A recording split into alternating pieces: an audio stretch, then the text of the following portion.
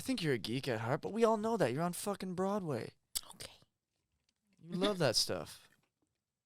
You're geeky at heart. That's okay. So are That's you okay. saying Broadway people are geeks? Yes. Most musical theater people are geeky. But I'm not a musical theater person. My BFA is in dance, not musical theater. So if you can be like, do you remember this musical? I'll be like, I don't know what the fuck you're talking about. I don't know anything about musicals. Oh, really? Really? But you were on a Broadway show. Right. Singing and dancing. A show that I put on my vision board that I wanted to be on, but I don't know anything about Annie Get Your Gun. Okay, so then where did all the singing come from? When I got up here, I just started taking voice lessons because I heard that's what you had to do to be on Broadway. Oh, shit. Yeah. Okay, I didn't know that. Mm-hmm. Your BFA is in dance. From where? Florida State. That's right, Florida State. That's right. The big Southern girl. Yeah. Yes, and you're from Virginia. Mm-hmm. Yes. Mm-hmm. Florida State. Mm-hmm. Florida State. God, you and your sorority girls.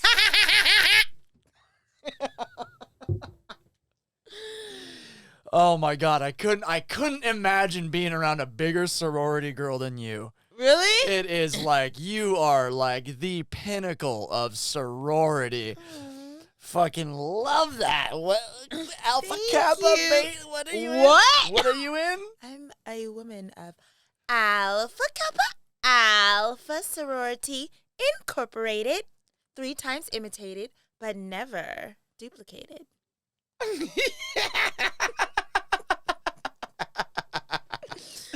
You're such a fart. I love this for you. You're such a fart. What got you? Why are you such like a little like sorority girl? Could you believe that? Like when you met me, wait, is this thing started? It made a whole lot of sense after I met you. I'm like, okay. Really?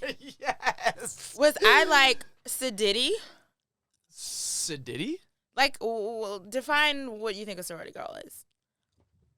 Exactly like you are. Like, you guys love your fucking, you guys got all these chants that you do, and, you know, you guys dance. I've never done a chant around you. Oh, I have not. Maybe not around me, but you post that stuff. You post it. All the girls together. Alphas. What? Yo, it is so hardcore. It's hilarious. Greek life. Yeah.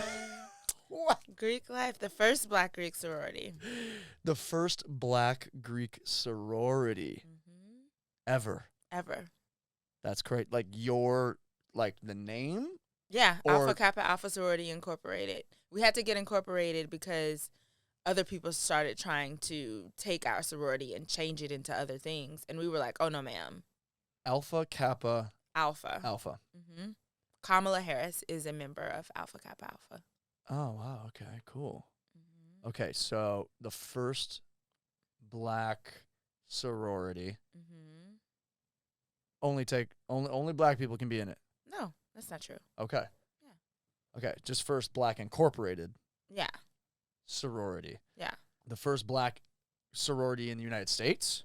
First Black Greek sorority in the United States. In the United States. Yes. We were founded on the campus of Howard University in 1908. Okay. That's what I was going to ask. I was going to ask if it was founded at Florida State or if it was founded at a different... Yeah. At a HBCU. Got you. Mm-hmm. Okay, cool. So what is that like? What does that mean to you? I mean, you freaking, you travel around for these... I do! These parties and these, I don't even know what they are. What? Yeah, regional conferences, Boulay, just getting with my sorority sisters. It's very fun in college. And then, unlike most, Pan-Hellenic sororities, after college, it's usually over. When you're in a Black Greek sorority, when you're in it for life. So they have, grad chapters that you can join, and you're doing community service in the community because we're a service-based organization, service, sisterhood, and scholarship. And, we're doing service in the community. We're launching initiatives. We're, very active in the social status of Black Americans. And so... these events, getting together, whether it's community service or fundraising or just doing stuff that we want to do as sisters is cool. Yeah. Okay, so what made you want to join that? Uh-oh. Like, did you have family that are in Greek? No. Because I look at Greek life and I think it's so crazy. You think it's crazy? I could never be a part of Well, Florida State's a predominantly white school, right? It's a white school. I didn't know, no. Yeah, Florida State's PWI, predominantly white institution. Okay. So, finding a family in that atmosphere is very important. Yeah. As a black student on campus. Yeah. So, but I wanted to. My godmother is a woman of Alpha Kappa Alpha. My godmother is a woman. This audition is going terrible. It's terrible. My teeth are so big they're tripping up on my freaking lips. I'm like, my teeth are so big. They are. They're tripping up. So. My godmother. Me too. They're so you big. You do got big teeth. Oh my God, I got chiclets. So do I, though. That was a whole, my teeth are big. Let me tell you something. When we're making self-tapes and that red leather, yellow leather is real as fuck. Red leather, yellow leather, red leather, yellow leather, red leather, yellow leather, red leather, yellow leather. Red leather, yellow leather, red, yellow. Exactly. Red leather, yellow leather. Concentrate. Go. Red leather, yellow leather. Red leather, yellow, red. I can't right now. It's hard. Fuck. With these big teeth make it even harder. Mm-hmm. Yeah. They do. But I was saying my godmother is a woman of Alpha Kappa Alpha, and growing up I just saw how she was, and she was an amazing woman, and I was just like, huh.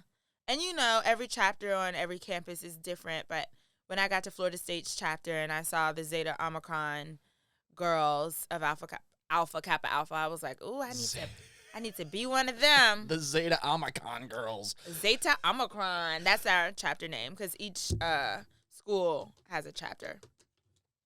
Okay. Yeah. Zeta Omicron. Zeta Omicron. Omicron. Mm-hmm. Kind of like. Do you know the Greek alphabet? No. Alpha, beta, gamma, delta, epsilon, zeta, eta, theta, iota, kappa, lambda, mu, nu, z, omicron, pi, rho, sigma, tau, upsilon, phi, chi, psi, omega. Okay, now rap that. I will not. Rap it. I will sing it. You ready? Yes. Alpha, beta, gamma, delta, epsilon, zeta, eta, theta, iota, kappa, lambda, mu, nu, z, omicron, pi, rho, sigma, tau, upsilon, phi, chi, psi, omega. Nice. Thanks. I like that. Yeah. Cool. What song did I do that to? Then I lose my breath. Every time, then you lose my breath. Every time when I lose my and you wake up. Good job. Shit. I should have added in the shit. Yep. Who sings that? Lose my breath. Destiny's Child. Oh shit, that's Destiny's Child. Oh my god, I didn't even realize that. Right? My friend Misha that was just in here, she's a major Beyonce fan. Ooh. Say it again. Major Beyonce fan. Ooh, say it again. Major Beyonce fan.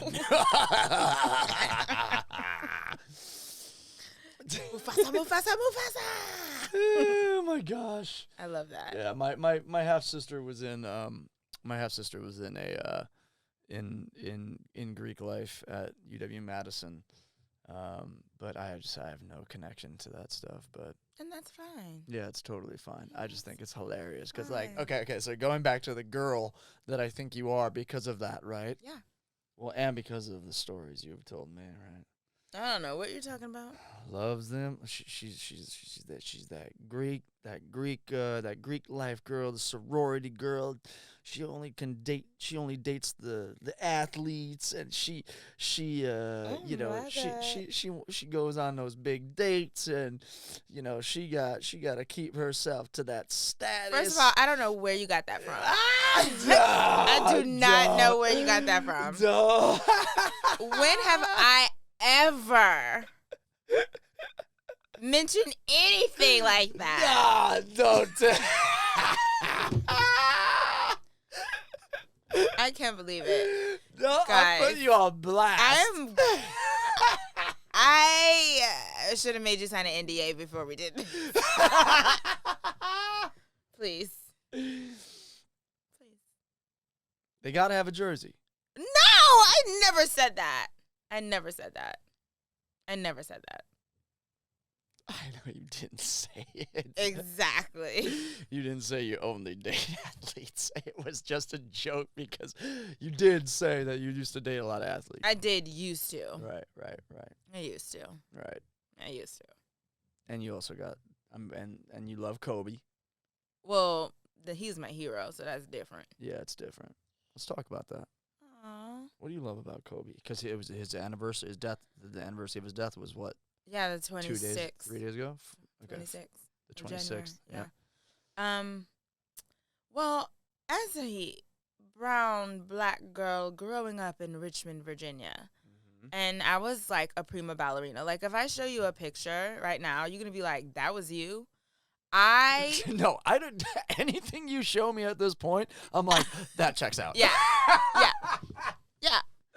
I was so skinny. Like I was a prima ballerina, and I was really good. Like I was at the Richmond Ballet, and they used to skip me levels. But it's hard when you don't see anybody like you, so you don't know how far you can get. You know what I'm saying? Yeah. There were some black men in the Richmond Ballet Company. I was just a student in the school, but I would do the nutcrackers and all that stuff. And as my training increased in advance, they would want me to be an apprentice and then maybe get in the company or something like that. But like, I didn't see anyone. I didn't know it was attainable. Yeah. So kind of like 1996 when Kobe, got in the draft, I used to be a Shaquille O'Neal fan. So I had Shaq Diesel video games. Yeesh. I had his shoe. No, absolutely not. I had his albums and his video games. Yeah. And I was like, okay, Shaquille O'Neal. So when Kobe got drafted and Shaquille joined him that year of his draft in LA, I was like, okay, what's gonna happen with this? And I was like, oh, that boy good. That boy's good. Yeah. Like, what? So I just started following him, and it was just like seeing someone who worked hard at their craft. Yes, he had talent, but he also worked hard. So he kind of mastered it. And I was like, I need to apply that to whatever I do. So that's what I started doing. The Mamba mentality, mentality. Yeah. So it was just like, okay, if I get in some kind of like weird situation, like what would Kobe do? Some people ask Jesus. I'm going to ask Kobe.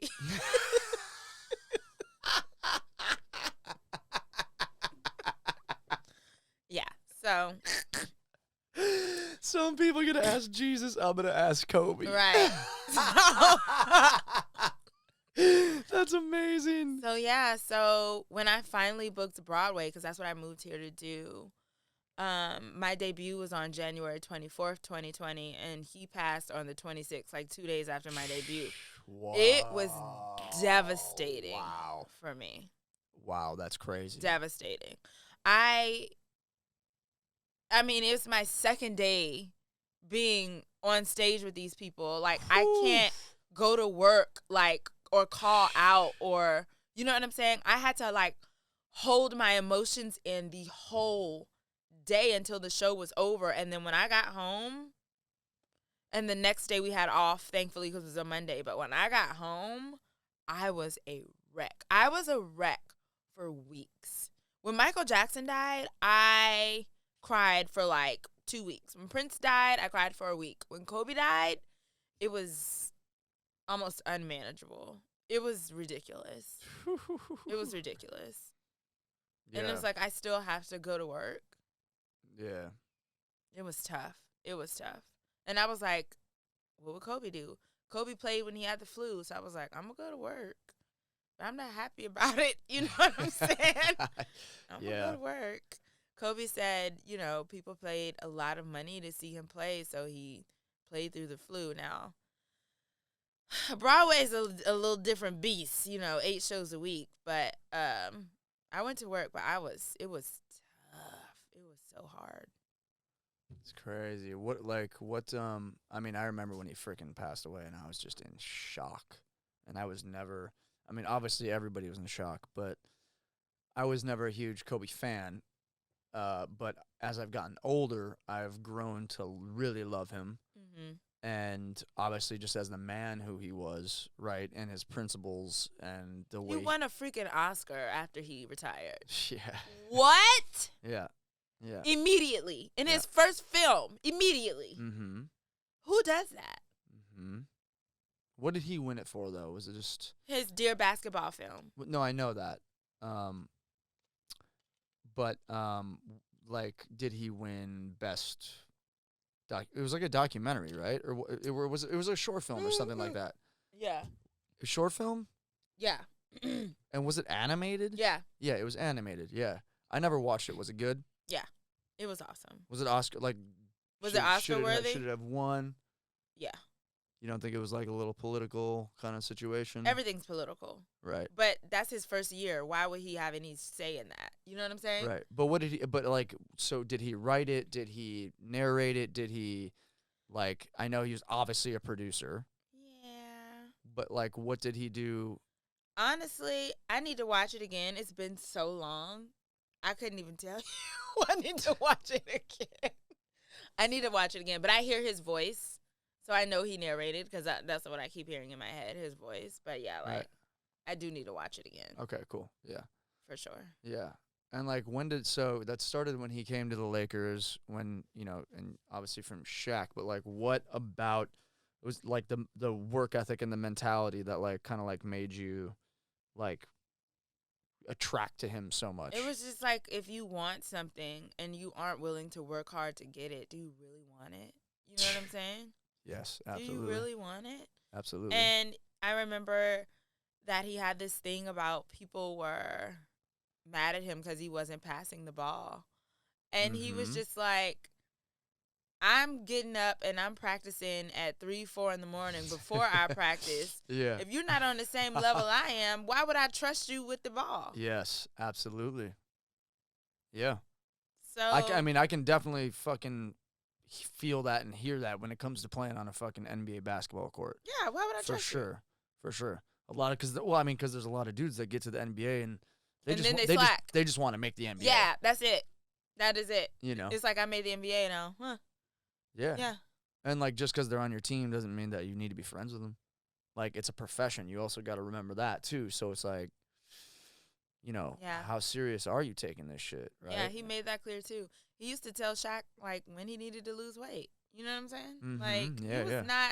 He was about that business about I need these championships. And since I was 4, it's different because it's just when we talk to people, we oh yeah, I can dance a little bit. I can, I'm okay. And then you get out there and we show the fuck off. You know what I'm saying? Right. It's I didn't know she could do that. She just said she could dance a little bit. You know what I'm saying? Yeah. It's wow. But TV and acting and film is different. You got to make a hard sell up front. You got to sell that shit from top. You can't be I can do a little bit and then blow them out of the water. You got to be oh, no, this is the star of the show, and you're going to see. You know what I'm saying? Right. Because producers won't buy in if you're oh, yeah, she's all right. Right. So the worlds are so different, and I had to get used to that. Because, at Sundance, one of the producers, when he was introducing me to people, shout out to Trevor, he was this is one of the stars of Ponyboy and NaTonia Monét. And I was stars? The fuck? Okay. Mm-hmm. I was just blew my mind. I'm what? Mm-hmm. So he was hard selling me. Mm-hmm. And I needed to yes and that. Yeah, people want to be excited. Yeah, yeah. For sure. I've had similar situations like that, but it's also also probably the way that some people see you, and you don't realize it as well. Right. You know what I mean? You're Right. like, oh shit, they think I'm really fucking good, and you're like, like I think I'm good. Yeah. But like you hear it, it's weird to hear it. Right. I'm like, I think I'm good, but also I'm not. I'm in 4 scenes. You know what I'm saying? yeah. I'm in 4 scenes. But that doesn't matter. Right. It doesn't matter. You can be the star of the show in just 4 scenes. You can. But so I recognize that difference now, and I'm like, okay, NaTonia, you're not a tiny dancer anymore. You gotta hard sell yourself. You know what I'm saying? Yeah. Yeah, that's the only way to level up too. Yeah. It's the only way to level up. And it's icky to me. Oh, I know. It's very self-indulgent, it feels like. Icky. But like, yeah, I know. You know my favorite word? Yuck. Yuck. It's yuck. Ugh. Yuck. But no, Sundance was amazing. Like, I was stressed because as a Virgo, we have to plan out everything. Plan. Especially I'm spending all this money. I'm spending all this money going there. I need to have stuff. I need to have a calendar to say, I'm doing this at this time, this at this time, this at this time. Yes, you do. That did not happen for me. Oh, what the hell is going on over there? Stress. So I was like, yuck. What are my days gonna look like? Because the producers provided us, we had a dinner the day before. We had a ticket to the premiere. We went to the premiere party. But I was like, that's on Saturday. When am I doing the Wednesday, the Thursday, the Friday, and the Sunday that I'm there? Gotta plan it out. But I was like, I want to see some films, right? I wanted to see some specific films. Right. When I went to get tickets for them, they were sold out. Mm-hmm. So what am I doing with my time? I did not know. I got on that plane and did not know. And then when I got there, stuff just seemed to fall into place. Exactly. Yep. I was at all the events I wanted to be at. I saw all the movies I wanted to see except one. And I was like, how did this happen? I didn't have anything. That's the power of just being in the right place at the right time with the right people and where you're supposed to be. You know what I mean? 100%. Yeah. That's why I like to travel alone. And when I travel alone, I don't plan there might be some things that I want to go do, but like I do not plan shit. I just let the world fucking take me where it's. Yeah, why? Like you are a crazy planner. Type A. I think it's because I'm the oldest. Yeah. You know what I'm saying? Yeah. I had to be responsible at a young age. Yeah. So for who and why? For my little brother, why? Yeah. How much younger is your little brother? I don't like to tell my age, and I don't want people to No. math. How much younger is your brother? I know, but I feel like people can still do math if I give them one clue.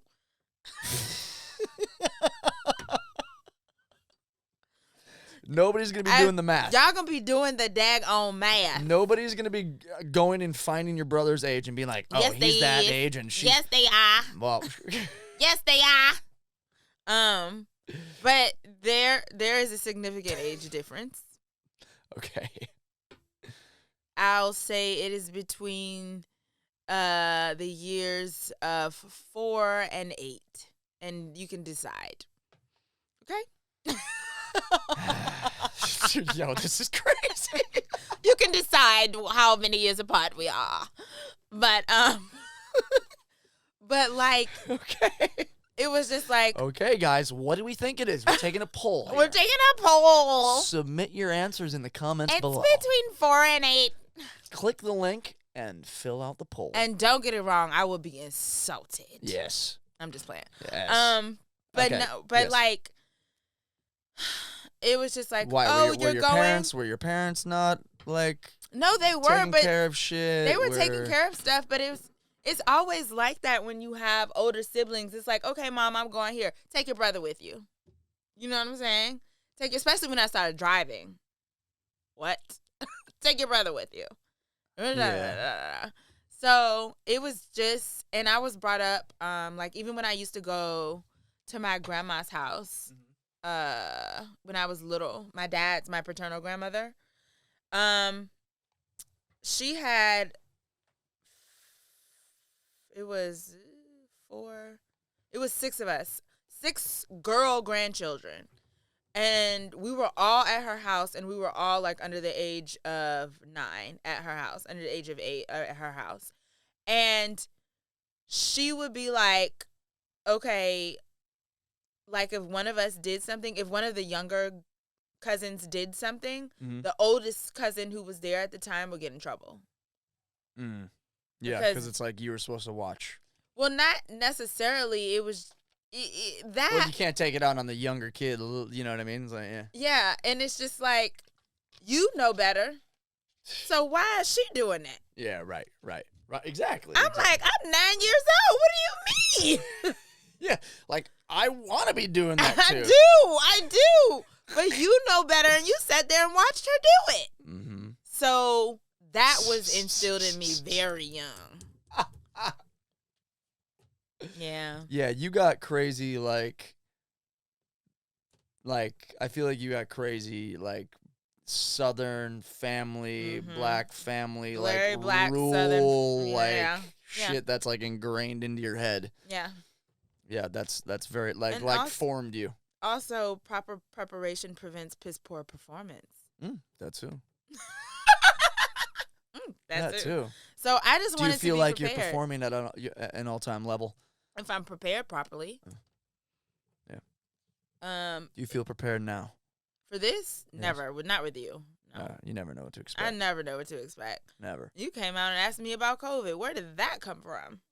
'Cause you're just fucking hilarious. Ew. Got the COVID cootie. Because you got the craziest, like, fucking, like, dynamic. You're this, like, black girl from Virginia, was a ballet dancer. Mm-hmm. She's fucking awkward and hilarious. She's a germaphobe, hardcore sorority girl. With big teeth. With big-ass teeth. And not afraid to be, like, super weird, and like you make weird ass dumbass faces like I do. Oh God, all like the time. You and I are the king and queen of that shit all the time.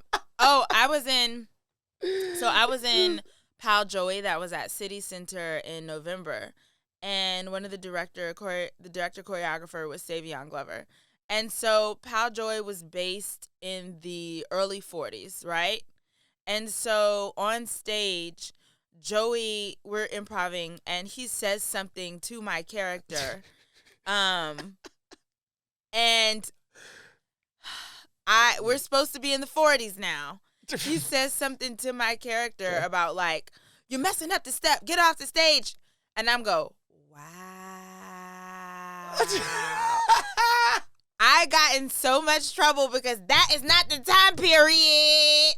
So yeah. That was in rehearsal? That was my no, it was the actual show. That was on stage? Yeah. You improv that on stage? Yeah. Oh, no. I know. Wow. See? It's so, he was like, that is not the step, telling my character, get off the go, and I was like, wow. And then I get a note the next day like, wow is not in the time period. Oh my God, that's hilarious. Yeah. It's just silly stuff happens to me, man.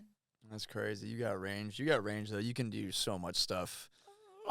Like, why are you so fucking funny, though? Who told you that? Like, everybody thinks you're funny. You know that you're funny. You guys, I can be like this, Pookie Pookie, and Kyle would be like, because who the fuck would say Pookie Pookie? Why? Why did that even come to your head just now? Kyle's such a fart. I love him. You like picking, you like booger jokes. You like making weird booger jokes. I mean, you're calling me a fart right now. Yeah. You know, like you're stinky.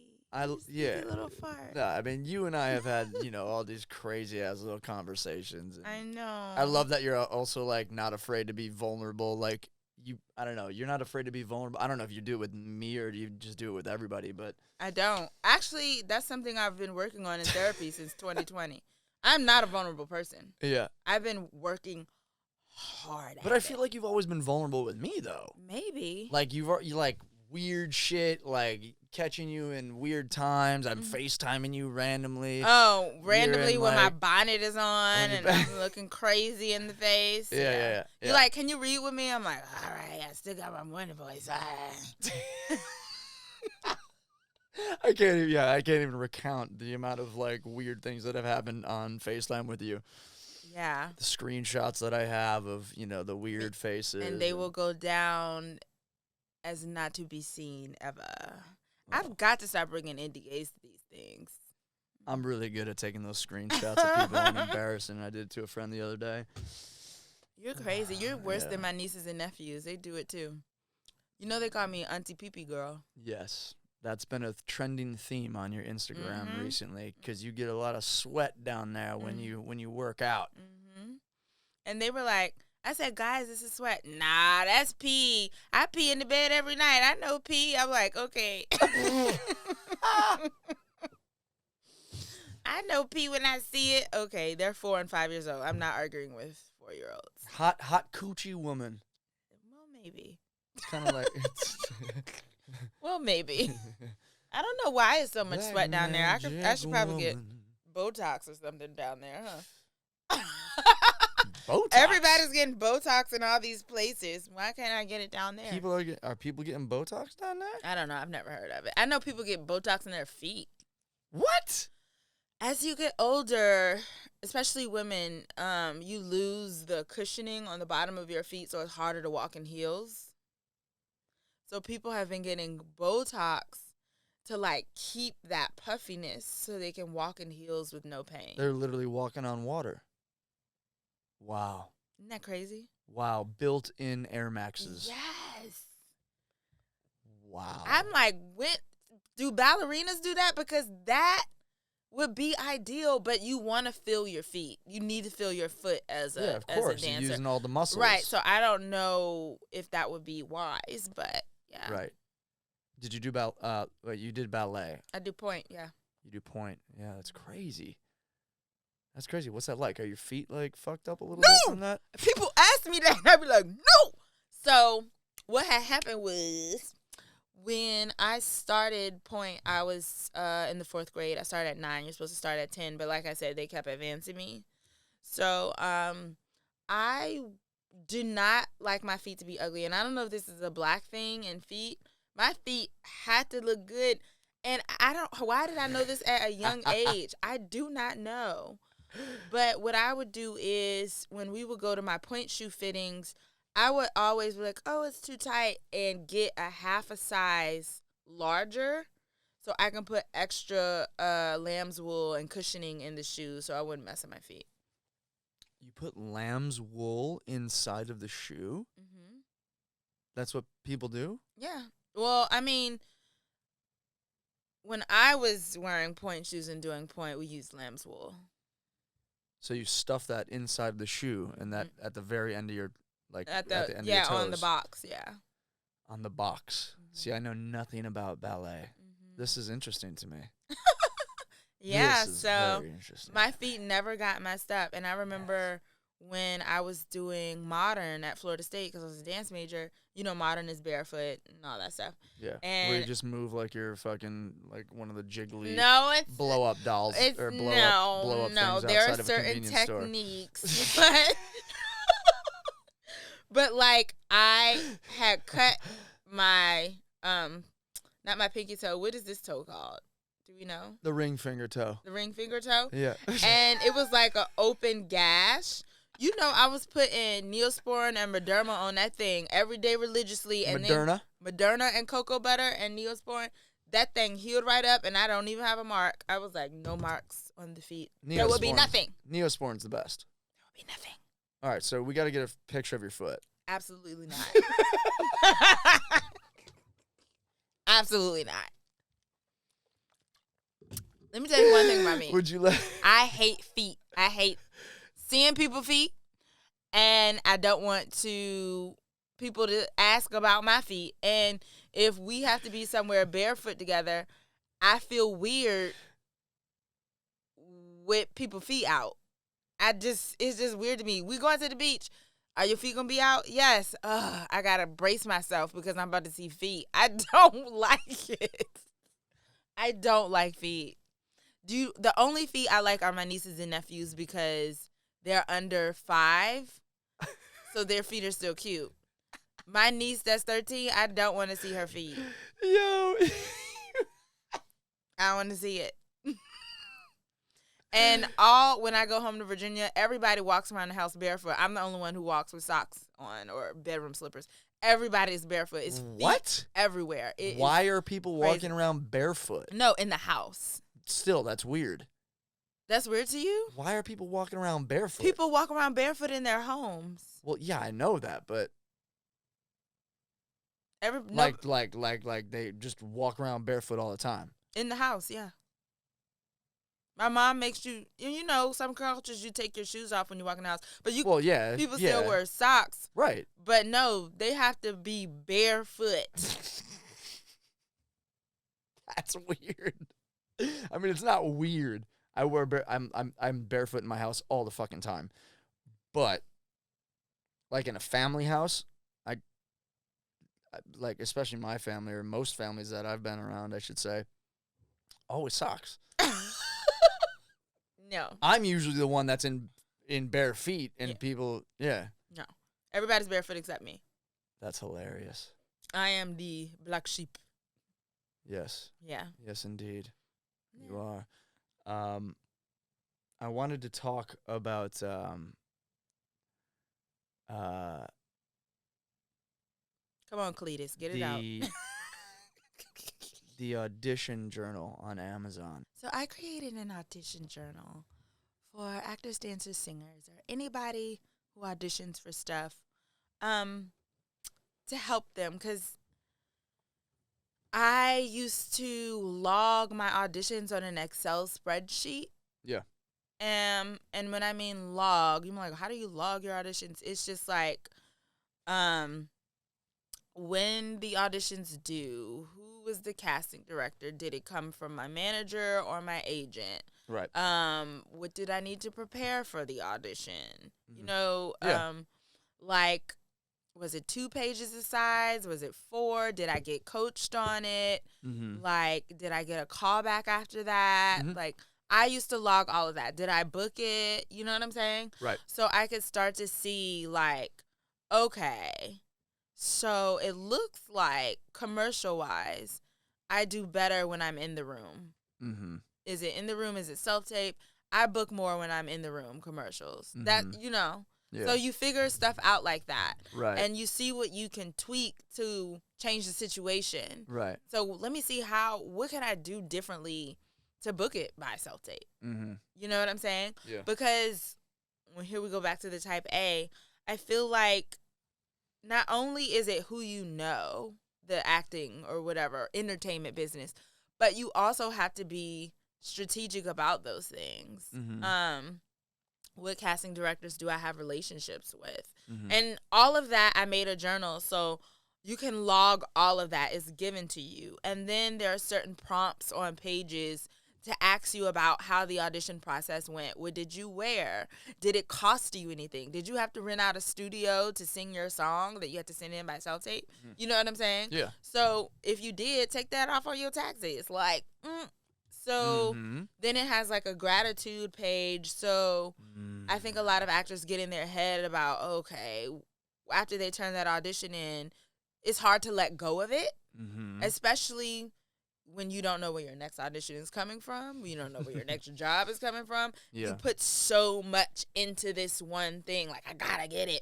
So the gratitude page is just so you can say with the prompts, what are you grateful for?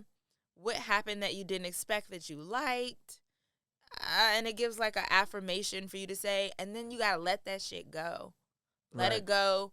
Because I feel like you book, most of the things that you book, acting, singer, dancer, entertainment-wise, is the things that you leave out of the room and you forget. Mm-hmm. Yes. Forget about it. 1,000%. Like, so when they call you, you're like shocked. Mm-hmm. Yeah. Yep. So, that's what the audition journal is for. And it helps, especially if you're like, okay, I need to get a manager, I need to get an agent. Because I just went through that. My agent left the business in October.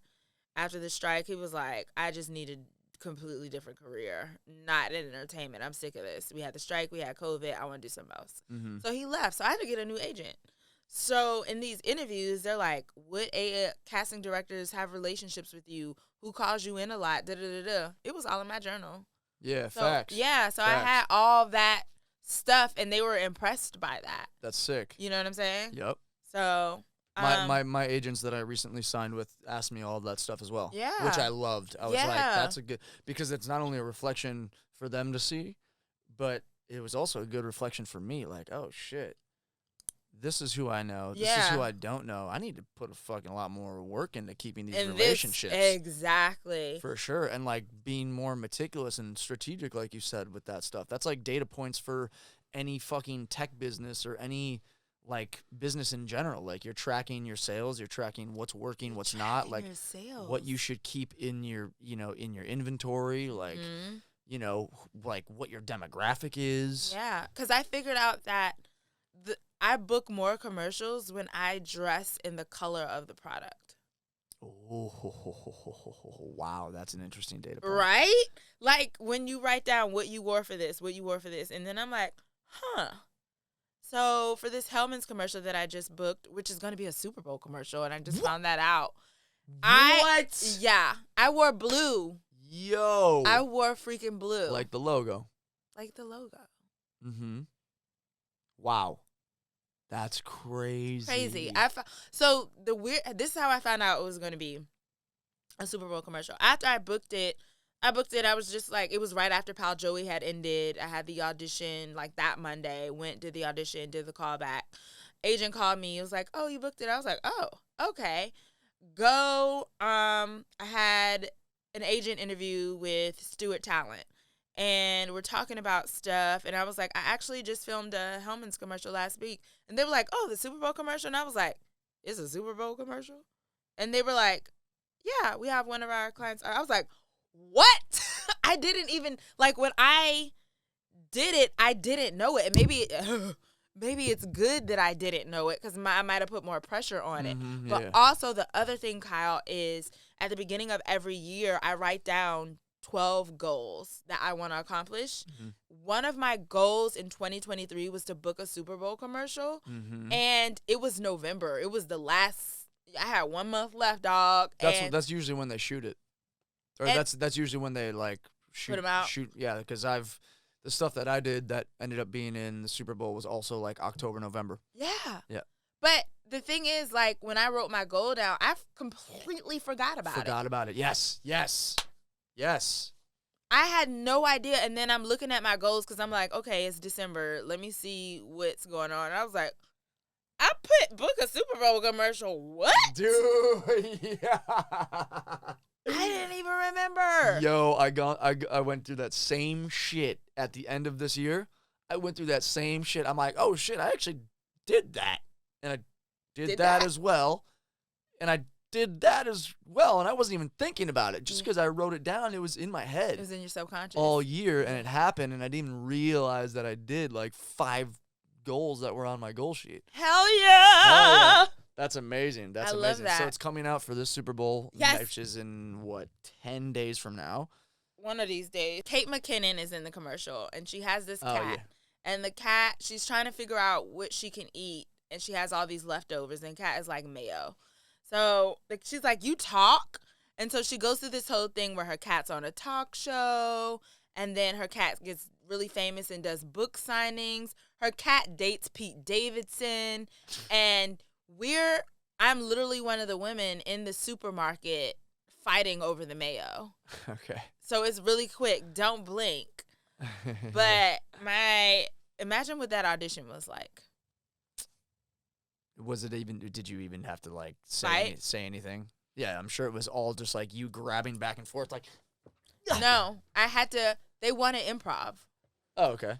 They wanted improv, so I said the most ridiculous things, and of course but when I got on set, they were like, we love your improv, but it's only going to be like 1.8 to 2 seconds, so you got to make it quicker.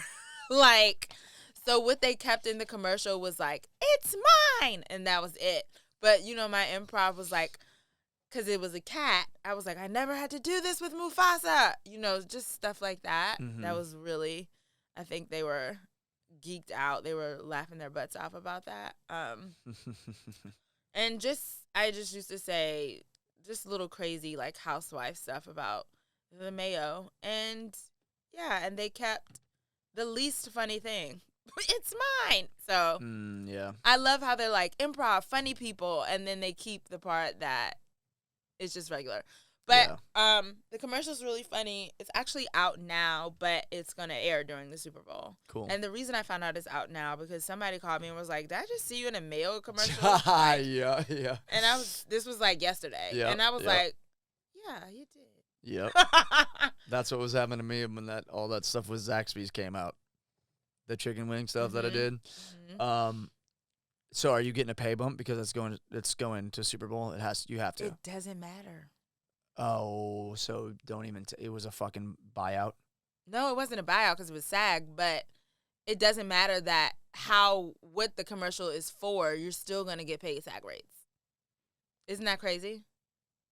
And then I saw no, because the amount of viewership on a Super Bowl commercial is like 100 times the amount of any commercial. That's what my agent said, dog. Yeah. What? Yeah. And I was like, well, how many edits can they do? Because I found 2 edits so far. They said they can do 3 edits without having to pay you extra. That's wild. Yeah. But that was not my understanding of it, but okay. Yeah. That's weird. Interesting. Unbeknownst to me. Okay. So, well, that sucks. I know, but either way, it was on my list, so yeah. Done and done. Yeah, super dope. Yeah. What else was on your list that you crossed off? I said I wanted to get more real footage, and I did because the stuff I filmed at the end of 22 came out in 23. Mm-hmm. So I put it on my reel. Mm-hmm. Who do you compare yourself to, like, in the acting world? Like, what actresses? Regina Hall. Okay. Tashina Arnold. Okay. Maybe Quinta. But I feel like Quinta's more sly with her comedy. Her comedy's more slick. I don't know any of them. You don't know any of them? No. Regina Hall was in all of the Scary Movies. Oh, okay. Oh, yes, we talked about that actually recently. Yes. All of the Yes. Scary Yes. We just talked about that too. I think you and I had like a little. Get it together, Frank. Okay, sorry. Yes, so that's Regina Hall. Yes. Of course, yes. You are. Yes, that is you to a 100%. Yes. Okay, and then who else? Tashina. No, we were talking about that because that was. You sent me the video. I sent you the video of her. Yes, her and I'm like, that's me. Her in the movie theater. Exactly. Don't go in there. Shakespeare. Yeah. Mm-hmm. You don't own the theater. Yes. Out of my face. Out of my face. Yes. Mm-hmm. I love her so much. It's literally you. Both as an actress, but also in real life. Yeah. You are her. You are her. You are that girl. Yeah. You are that girl. But the thing is, she's about to do a movie with Leonardo DiCaprio. Like, her drama chops are fucking fantastic, crazy too. good, yeah. But she's just getting known for her drama, like, the past 2 years. Oh, yeah, no, I know. What's the project she's doing with Leo? I don't know the name of it, but it just got announced, like, a week or 2 ago. But, she was in For the Girls. What's that series that was on Hulu, and it had like all those people in it, and Nicole Kidman, and they were at this like spa place, and it's on Hulu. They were at this spa place, and they were trying to get better, and it had what's that Italian actor's name who was in? Why can't I think of anything? I don't remember the name. I know what you're talking about. I didn't watch it. Oh, it's so good. Oh my God, it's so good. She should have won an Emmy for that. She should have been nominated for an Emmy for that. But yeah, so Tashina Arnold, she was in Martin, right? Okay. But she's also was in Little Shop of Horrors. Okay. The movie, the actual movie. She used to be one of the Little Shop of Horrors. I saw it a long time ago. Yeah. So she did Broadway. She does comedies. Right now she's on The Neighborhood with Cedric the Entertainer on CBS. Okay, cool. Hilarious. Love Cedric. Yeah. So, and she was the mom in Everybody Hates Chris. Okay. Only seen a couple episodes of it. Gotcha. So, yeah, she's hilarious. And you know Quinta has Abbott Elementary. Okay, don't watch it. Don't watch Abbott Elementary. It's on ABC. Yeah, I don't watch any of that stuff. Yeah, I know. Well, I mean, I can't fault you. You want to write stuff. You want to watch stuff that you have a chance of being in. You know what I'm saying? That you can see yourself in. Yeah. Yeah. A lot of that, yeah. But you should have watched that one with Nicole Kidman because you could totally be in that. Yeah. I think you're going to have your own show. Oh. Like, I think you got to have your own show, like an Aquafina from Queens, or like a Dave, or like, who else has their own show? I don't know, like a Martin, or I don't know, who's another girl that has their own show, like an Issa Rae type of situation. Yeah. I met her at Sundance. She came to our premiere party. Oh, dope. And I was just like, that's sick. Hey, girl. Hey. But I didn't want to be a weirdo. You know what I'm saying? That's what, yeah. But so I just went, talked to her for like 2-3 minutes, made a couple jokes, asked her we took a picture, and then left. I was like, I'm not going to wear out my stay because I'm going to see you again. Yep. Yup. I feel that same way about that shit. 100%. Yeah. I still feel that way about Tracy Morgan. Oh, Tracy. I'm going to see that motherfucker on set, bro. I swear to God. Yeah. I swear to God. I still got that in the back of my mind because he was dope as hell because my homegirl, Asha, is, shout outs to Asha, is his makeup artist. And she was doing the Last O.G. for, how like 3 years or however long that show was running. Was it 3 or 4 seasons? Yeah. Yeah. And then she would also do any like appearances he had and all that kind of stuff. And she brought me on set like twice when they were filming. Oh, nice. And, he was like sitting outside of his trailer, like all the time. Sitting outside of his trailer. You were on the Last O.G. Yeah. I was on a episode. My scene wasn't with him. It was actually with Davine. How do you say her name? Don't know. Davine. She's. You can cut this out too. No, you also don't need to look it up unless you really want to, but it's fine. We can keep it in. It doesn't matter. Divine Joy Randolph, who was nominated for an Oscar for The Holdovers. Okay. My scene was with her in the Last O.G. Oh, sick. Right? Okay, cool. Crazy. That's dope. Did you like working on that set? Yeah, it was so fun. And he would, like, buy a food truck, like a pizza food truck for people. Like, Tracy's awesome. Yeah. Yeah, he's dope as hell. Yeah. Like, hanging outside of his trailer, he's got, like, they set up, like, a table. He's got, like, all of his, like, close people, like, around him the entire fucking time. He's being loud as hell, cussing his ass off, and then, like, yeah, he just, like, was spitting some truth to me. Like, while we were sitting there, he's like, you don't need to go to a fucking acting class. He's like, you need to get here. You need to come here and be on set, learn on set. He's like, I never went to a fucking acting class in my life. Stuff like that. And I'm like, facts. Like, that's how I feel. Yeah. That's how I learned how to be an actor. Like, I never did, like, I mean, I did take some improv classes, did a little bit of stand-up, took, like, 1 or 2, I was, like, in the middle of my second class at the Repertory Theater when I moved out to New York, and I had never done anything, like, no play. The only thing that I had done was being on stage, like, once or twice for, like, an improv show. Came out here and just started getting working on set. You know what I mean? Like, fuck it, I'm just going to do it. Start auditioning, start doing short films, like student films, blah, blah, blah, blah, blah. Started doing commercials, you know what I mean? So I hear him 100% on all that stuff. And you know, he's got it. You know what I mean? Yeah. And he's just funny as hell. And then, you know, he had all of his years on SNL and stuff like that. And I fucking love that dude. And I feel like what people don't understand is the more you're on set, the more you're comfortable knowing your angles, knowing, I need to really do that take again so I can emphasize this. The more, you know what I'm saying? Mm-hmm. But it comes with repetition. So it's just like if we don't get the repetition, it's going to be like a birthed giraffe every time. You know how giraffes get birthed and they got to walk immediately? Yeah. It's disgusting. So that's how it is. It's disgusting. It's disgusting.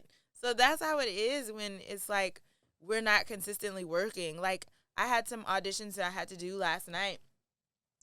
And I really felt like that new giraffe. I was like, I don't know what the fuck I'm doing. Yo. What am I doing? I just booked all this stuff the year before, and because of the strike, I have I was like, I don't know how to feel. Like, I can't connect to I just felt. Mm-hmm. And my manager was like, because some of the roles he sent me were really small. I was like, this is too small. And I was like, but I'll do it because I need to get back in the swing of things, like get that muscle back. And he was like, that was my thought exactly. And I was like, okay. Yeah. But no, I'm so glad because I was like, I don't know what the fuck I'm doing. I feel you on that. I got to get back in the game. I had a commercial audition that I had to do 2 nights ago that they asked me to improv. And it was kind of annoying because it's like, they give you zero direction whatsoever. So you're making up a commercial. You're literally making them a commercial. Mm-hmm. You're giving them ideas to do. Yep. That's what me and my homie Michael were talking about before we did it. Oh, I've already had this conversation with my agent and like had a full-blown meltdown. I was like, why am I making up commercials for these people? I felt so much pressure to do this shit because I'm like, dude, you're not even doing anything. You're literally just like, oh, first part 1, do your slate. Part 2, tell us about yourself. We want to get to know your personality. Part 3, improv. Imagine that you're having a funny conversation, like telling your best friend like the funniest thing that happened to you. And I'm like, okay, so you're just gonna take ideas from that, lazy, and then go and make your own fucking commercial. Or cheap. And also, like, that is first of all not inspiring to me as an actor at all. What, like that? I don't even want to do this now. Literally, just reading this shit, I don't even want to do it. Mm-hmm. You know what I mean? Yeah. And it's a car commercial, and they're like, it's gonna be in the vein of, you know, Edgar Wright, and you know, we're looking for like a Pedro Pascal type, and Edgar Wright is the director of Shaun of the Dead, Baby Driver. Okay. And I'm like, okay, so you just want like a stoic, like, you know, like kind of badass looking guy, like maybe funny and quirky, but like he's got it together, but maybe he doesn't have it together, but he does. You know, and I was just like, I'm just over that shit. You know what I mean? Like, and then I felt like they're like, you can add in funny bits and edit whatever, like throw in tons of videos and. Why you want me to do all this work? And I'm like, I'm making you a short film. Yeah. Legitimately, like now you're asking me to make you like a 3-minute short film. Like, what the fuck is happening right now? Just that, you know, I'm like, fuck this, but. I had that realization where I was like, shit, I need to get back into this because the improv, I just need to like stretch that improv muscle because it showed, like, you know, I was turned off first and foremost. And that's to go get you nowhere. Which is going to get me nowhere. Yeah. And it did. Like, it definitely you need to see the tape. It was like bright lights, nowhere. You need to see the tape that I sent. Uh-oh. It was ridiculous. Jesus. Like, to the point where I'm like, I don't know if these motherfuckers are going to call me back again. Well. And I don't really care. Yeah. If they do. Yeah. To be honest with you. But fuck it. You know, it is what it is. Yeah. It was a commercial, a non-union commercial, so it doesn't even fucking matter. Why are you still doing non-union commercials? I don't even have a legit commercial agent. Why? I have legit representation for TV and film. Yeah, but you don't have a commercial agent. No. Not legit. Yeah, I know. Especially if you. I haven't really put much focus into it, though, to be honest with you. Like, I could care less, to be honest. Yeah. I really could care less. If it comes, it comes. If it comes, it comes. Gotcha. I really could care less. Okay. But, when the time comes, it'll happen. Oh, sure. But we'll see. And my manager doesn't care about commercials and stuff like that. I bet. He's super focused on. But let me tell you TV and something. film. Commercials are why I have SAG health insurance right now. No, yeah, facts. They can fucking pay the bills for you for sure. Yes. For sure. 100%. Because the way the strike went last year, the residuals from the commercials I did in 2022 allow me to have health insurance. Mm-hmm. Yeah. Other than that, since we didn't work, I would have nothing. Mm-hmm. I'd be like, I don't know how I'm going to go to this doctor. Yep. Yeah. Yep. 100%. So yeah, I got to get on that shit, man. My homie Michael, I'm trying to get a little referral because, I hate fucking just cold sending stuff. Yeah, cold you know sending it don't work. Ain't where it at. It doesn't work anymore, so it's probably never worked, but I'm gonna be trying to maybe get that little slide in a little bit this year, but we'll see. I'm not really, honestly, I'm at this point right now, I'm not really hyper focused on that at all. Like, I just want some auditions to come through the door for legit TV and film. Exactly. And I'm focusing on this because this is a platform where I get to be myself and also stretch my improv muscle. Like that segue you did, that was sick. Yeah, and I would love to keep improving with you if we can improv more. But like when my homie, so Phil's supposed to be here. He's sick. He let me know like an hour. Fucking Phil. Phil, yeah. Like an hour before the show, he's like, dude, I think I have food poisoning. I've been like puking and shit. I'm like, yeah, we don't need that shit. Stay home. So, but when him and I are on here, it's like a lot of improv, a lot of banter back and forth, like cracking jokes. So I get to like stretch my muscles here, which is great. I do want to get back into sketch class. I want to do some sketch this year. I do. I need to. Ayo Edeberry? No. She is on The Bear. You could be on The Bear. I hope you watch The Bear. Please tell me you watch The Bear. I couldn't make it through the first, 2 episodes. It's very anxiety-driven, I know. But once you get past that, you need to get through it, Kyle. I'm also not a huge Jeremy fucking Allen fan. We're rooting for you. We're all rooting for you. How dare you? I'm... Who? Since when? Since when? That was a America's Next Model reference when Tyra Banks was yelling at Tiffany. Oh, okay. You thought I was going to catch on to that one? Well, I mean, you be modeling, so I don't know. America's Next Top Model. Yeah, that's right on the top of my list of things to watch every week. But no, you've gotta watch it. It's so fucking good, Kyle. It will inspire you. Seriously. It was hard for me to get through it. I was getting triggered like a motherfucker because I've worked in fucking nightlife so much and restaurants, and I'm like, I was just so bored with fucking, what's his name? Jeremy? I always fuck up his full name. Jeremy Allen White. I was bored with his performance, and then I saw him in the Iron Claw, and I was bored with his performance. And he does the same shit over and over and over. Why the fuck are people in love with this guy? I need to see more of his work, but from what I've seen, and I haven't watched a whole lot of his stuff. Have you watched Shameless? I liked him in Shameless. Okay. Loved him in Shameless. Okay. Loved him in Shameless. Yes. But now it's like he just does the same shit. He's just angry and fucking... That it's hard to get through the first episode because it took me 2 weeks to get to that first episode. It's very anxiety driven, and I'm not the only one. A lot of people do say that it takes them a while or they'll quit or whatever, but I'm like, get through it and you'll love it. It's good. But anyway, Ayo's on that show, and she's going to be on SNL this weekend, and she's a black girl comedian. Yes, I know her. And she did sketch and all that stuff. She was the best actress in that whole episode by far. Yeah, she won an Emmy. Yeah, I know that. So, there you have it. But yeah, so I'm trying to get into that, go to that after party so I can meet her. Mm-hmm. We'll see if it happens.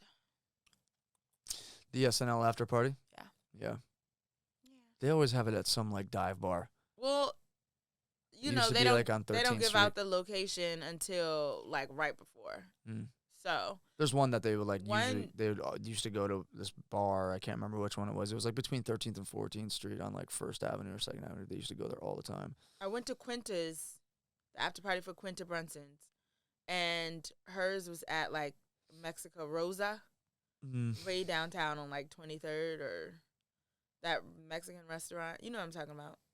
They have a big one by the Lincoln Center Mexican restaurant. It's big. It's classy, upscale.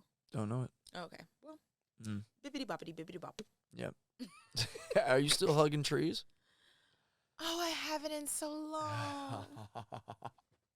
Somebody told me to hug a tree. Actually, I hugged a tree. I hugged a tree It grounds you. over Christmas. I hugged a tree. How did you feel after? It felt cool. It felt good. Felt all right. Kyle, hugging trees saved my life. Tina had just ended. I went to LA for 2 weeks, came back, and then I was like, now what? That's when I started going to Central Park every day, going on walks. Yeah. And I found this tree, and we just connected. And, like, I need to go back and see the tree. I named the tree Bear. And I think Bear was looking forward to me coming every day. And sometimes I used to leave, like, pennies for Bear. I was like, here's some money. Get you something nice. You know Here's some money. Yeah. Get you something nice. And I was so blessed that winter. That's when I booked Pony Boy. That's when I booked FBI. That's when I booked Survival of the Thickest. Like, I was just... And I think it's because I became one with nature. Mm-hmm. And I just, you know, yeah. I would look forward to walking and telling Bear about what just happened. You know? Yeah. I need to go see Bear. Bear's probably like, that bitch. He's probably looking for you. I know. I'll probably go tomorrow. I need to go see Bear tomorrow. Was that your first time ever, like, connecting to nature like that? Yeah. Yeah. Yeah. And I'm an earth sign, so I feel like I need to do it more to be prosperous, you know? Mm-hmm. I need to do it more.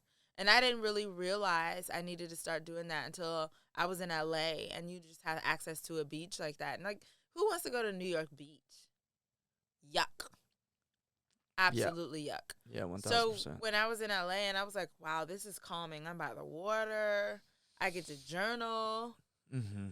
What equivalent can I do in New York? And I just started going to the park and talking to the tree. And yeah. And now one time I went to talk to Bear, and a raccoon came over my shoulder. Because that little niglet was living up in the tree, and I didn't know. And so I screamed and jumped away, and people saw. And next thing I know, the ranger's coming over. Oh, you're fine. He doesn't have rabies or anything. He was like, yeah, he lives up in that tree. He was like, if he had rabies, he'd be walking sideways and stumbling and stuff like that. He was like, that's a totally healthy raccoon. Because I was freaked out. that I'm literally sitting there talking to Bear, like, yeah, so. And he said, whop. And I said, ah! Oh, shit. Yeah, he literally came down over my shoulder. What?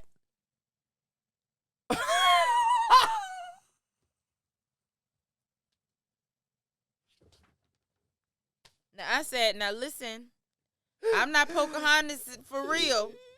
I can't handle this. You remember Pocahontas in the movie had that little raccoon? Yeah. Absolutely not. I didn't sign up for that. Oh, my God.